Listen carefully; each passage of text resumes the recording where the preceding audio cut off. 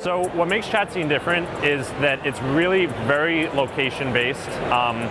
Other messaging apps, in general, they're usually so that you can communicate with people over vast distances when you're not with them, which is obviously useful. But what about when you want to find and communicate with people that are nearby, but you might not necessarily know that they're nearby, or maybe you don't know them, or maybe you would like to get in touch with them, but you don't want to approach them in person and kind of deal with the discomfort that goes along with that. So Chatscene only shows you and lets you communicate with people that are at the same venue as you and in your immediate vicinity. So if you're at a sporting event, at a bar, at a college, essentially it's just intended for you to get in touch with the people that you see or even don't see who are around you at that time. So is this a dating app? Are you know, if you see a good-looking person, are you going to go on the app and you message them? Is that what this is? So that was how it started. We get a lot of people saying, oh, well, I would download that, but I'm with someone, I'm in a relationship.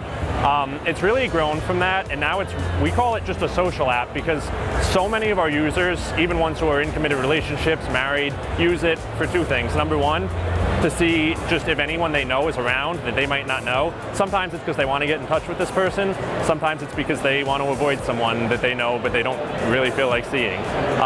The second is we get a lot of people that just want to be nosy. I mean, people like people watching. I know when I go to bars, when I go to places, I kind of like just observing who's around, and I'm always trying to figure out like, oh, what's their story? What's, you know, and this lets you do that without having to go up and sort of, you know, try and you know, introduce yourself in person, which is sometimes uncomfortable with strangers. So Foursquare used to do something like this. They've since changed their ways. Are there any privacy or safety concerns about showing people's profiles based on where they were located? What makes us different? Number one, there's no check-in with us. Everything is done in the background. So you don't have to go to a place and say, all right, let me check in now so my friends can see.